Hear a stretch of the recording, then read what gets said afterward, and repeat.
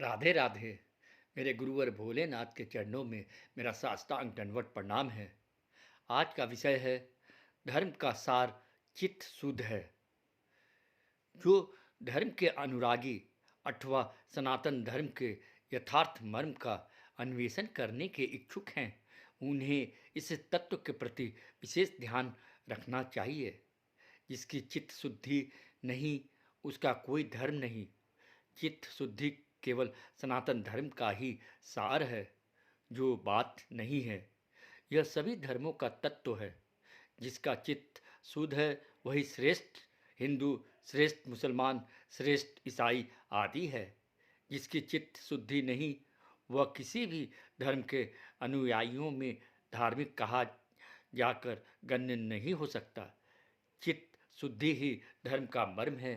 यह अखंड दार्शनिक सिद्धांत है। चित्त शुद्धि क्या है?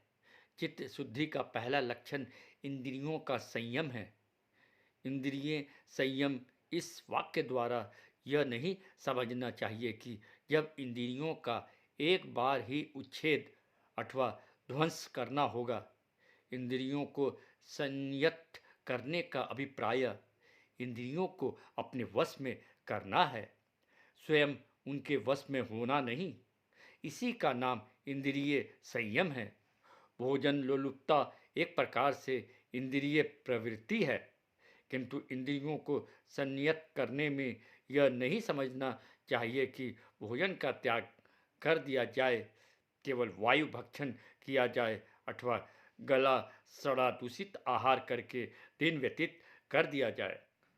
शरीर एवं स्वास्थ्य की रक्षा के लिए जिस परिमाण में और जिस प्रकार के आहार की आवश्यकता है वही करना चाहिए।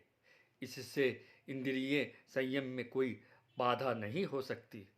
इसके अतिरिक्त उत्तम आहार आदि अविधेय नहीं है, यदि उसमें स्पृहा इच्छा न रहे। मोटी बात यह है कि इंद्रियों की आसक्ति का अभाव ही इंद्रिय संयम है, जो बहुत कुछ आहार आदि पर निर्भर है। आत्मरक्षार्थ अथवा धर्म रक्षार्थ अर्थात ईश्वरीय नियम रक्षार्थ जितनी इंद्रियों की चरितार्थता आवश्यक है, उसके अतिरिक्त जो इंद्रिय परितृप्ति की अभिलाषा करता है, इंद्रिय संयम उसके वश की बात नहीं। जो इंद्रिय परितृप्ति में सुखानुभव नहीं करता, आकांक्षा नहीं रखता, केवल धर्म रक्षा की भावना रखता है, वह संयम तेंद्रिय है, यह समझना चाहिए। ऐसे अनेक मनुष्य हैं जो इंद्रिय परितृप्ति से विमुख रहने पर भी अपने मन को शुद्ध नहीं कर पाते। वे लोक लज्जा से अथवा लोगों में प्रसिद्धि के लिए किवाम ऐहिक उन्नति के लिए अथवा धर्म के भान से पीड़ित होकर जितेंद्रिय की तरह कार्य करते हैं, किंतु उनके भीतर इंद्रियों की ज्वाला धधकती रहती है। जन्म से मृत्यु पर्यंत वे स्खलित पर्द न होकर भी, अपान वायु को रोक रखने पर भी इंद्रिय संयम से बहुत कुछ दूर ही रहते हैं। जो बार बार इंद्रिय तृप्ति के लिए उद्योगी एवं कृत्य कार्य हैं, उनसे ऐसे धर्मात्माओं का भेद बहुत ही थोड़ा है। दोनों को ही समान रूप से नरक की अग्नि में दग्ध होना पड़ता है। इंद्रिय परितृप्ति करो अथवा ना करो, जब ब्रह्म से भी इंद्रिय परितृप्ति की बात मन में न आए, आत्म रक्षार्थ अथवा धर्म रक्षार्थ इंद्रियों को चरितार्थ करना पड़े, तो भी उसको दुख के अतिरिक्त सुख का विषय न माना जाए। उसी स्थिति में यह समझा जाएगा कि इंद्रिय संयम हुआ है। इसके अभाव में योगाभ्यास, तपस्या, उपासना आदि कठोर कार्य सभी वृथा हैं। केवल योग अथवा तपस्या करने से इंद्रिय संयम रूप कार्य पूरा नहीं होता। कार्य क्षेत्र में संसार धर्म में ही इंद्रिय संयम हो सकता है।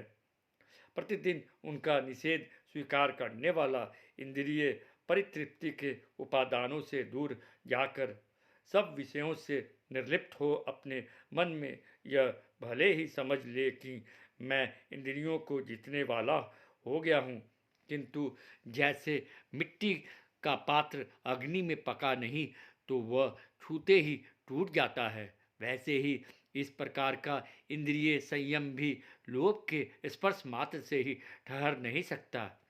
इसके प्रमाण बहुत हैं। स्वर्ग से एक अप्सरा आई और उसी क्षण ऋषिराज का योग भंग हो गया। अधिक धैर्य धारण करने में असमर्थ होकर अंत में वे इंद्रिय परितृप्ति करके ही शांत हुए। जिस देश में जो वस्तु नहीं मिलती उस देश के लोग तो उस वस्तु को खाते नहीं अथवा उसे व्यवहार में नहीं लाते, परंतु यदि वही वस्तु कभी मिल जाए और उससे बड़े आग्रह के साथ खाएं एवं व्यवहार में लाएं तो इसको उस वस्तु का त्याग नहीं कहा जा सकता। जो प्रतिदिन इंद्रिय तृप्ति चरितार्थ करने में उपयोगी उपादानों के संसर्ग में आए हैं उनसे युद्ध कर कभी जयी और कभी विजित हुई है, वे ही शेष में इंद्रिय जय करने में सफल हुए हैं। पराशर अथवा विश्वामित्र ऋषि इंद्रिय जय नहीं कर सके, इंद्रिय जय करने में समर्थ हुए थे। चिर स्मरणीय भीष्म और श्री राम भ्राता लक्ष्मण। इंद्रिय संयम अपेक्षाकृत तुच्छ बात है, उसकी अपेक्षा चित्त शुद्धि का बड़ा महत्व है। बहुतों की इंद्रियां संयत है किंतु दूसरे कारण से उनका चित्त शुद्ध नहीं हुआ है। इंद्रिय सुख भोग नहीं करूँगा किंतु मैं अच्छा हूँ, मुझे सब प्यार करे, इस प्रकार की वासना उनके मन में बड़ी प्रबल है। मेरे पास धन हो, मेरा मान हो, मेरा यश बढ़े, मैं बड़ा बनूं, मेरा सौभाग्य हो, मुझे सब धार्मिक और महात्मा मानकर आदर करे। वे सर्वदा ही यह कामना करते हैं जिससे यह वासना पूरी हो, चिरकाल इसी चेष्टा में, इसी उद्योग में व्यस्त रहते हैं।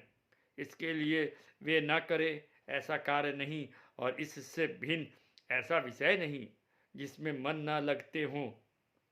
जो इंद्रियासक्त लोग हैं उनकी अपेक्षा भी ये निकृष्ट हैं। इनके लिए धर्म कुछ नहीं, कर्म कुछ नहीं, ज्ञान कुछ नहीं और भक्ति कुछ नहीं। ईश्वर को मानने पर भी ईश्वर है या नहीं इसका उन्हें आत्मविश्वास नहीं। इंद्रिय आसक्ति की अपेक्षा यह स्वार्थपरता चित्त शुद्धि में बड़ी बाधक होती है। प्रार्थपरता के ग्रहण और वासना के त्याग के बिना चित्त शुद्धि नहीं होती। जब अपने लिए सुखान्वेषण करोगे उसी प्रकार दूसरे के लिए भी सुख ढूंढोगे। जब अपने आप से दूसरे को भिन्न न समझोगे, जब अपनों की अपेक्षा दूसरों को अपना मानोगे, जब क्रमशः अपने आप को भूलकर दूसरे को सर्वस्व समझोगे, जब दूसरे में अपने आत्मा को निमज्जित रख सकोगे, जब तुम अपने आत्मा को विश्वव्यापी विश्वमय अनुभव करोगे, तभी यह समझना चाहिए कि चित्त शुद्धि हुई है। यह बिना हुए कौपिन धारण कर संसार परित्याग पूर्वक भिक्षावृत्ति के अवलंबन द्वारा घर घर में अलख जगनिया अहम ब्रह्मास्मि कहने या हरि नाम की ध्वनि करते हुए घूमने से चित्त की शुद्धि नहीं होगी। पक्षांतर में राज सिंहासन पर बहुमूल्य रत्न धारण कर बैठने वाला जो राजा एक भिक्षुक प्रजाजन के दुख को अपने दुख की तरह समझेगा, निसंदेह उसकी चित्त शुद्धि हुई है। जो सब शुद्धियों का सृष्टा है, जो शुद्धिमय है, जिसकी कृपा पर शुद्धि अवलंबित है, उसमें प्रगाढ़ भक्ति होना चित्त शुद्धि का प्रधान लक्षण है। भक्ति ही चित्त शुद्धि का और धर्म का मूल है। चित्त शुद्धि का पहला लक्षण हृदय में शांति, दूसरा लक्षण दूसरे को प्यार करना और तीसरा लक्षण ईश्वर में भक्ति है। जिन व्यक्तियों के लिए इस प्रकार शांति, प्रीति और भक्ति का योग होता है, उनके हृदय में कोई कामना नहीं रहती। यहाँ तक कि उन्हें सालुक्य, सामीप्य, सायुज्य, सारूप्य आदि मुक्तियाँ देने की इच्छा प्रकट की जाए तो भी वे भगवत सेवा को छोड़कर और कुछ नहीं चाहेंगे।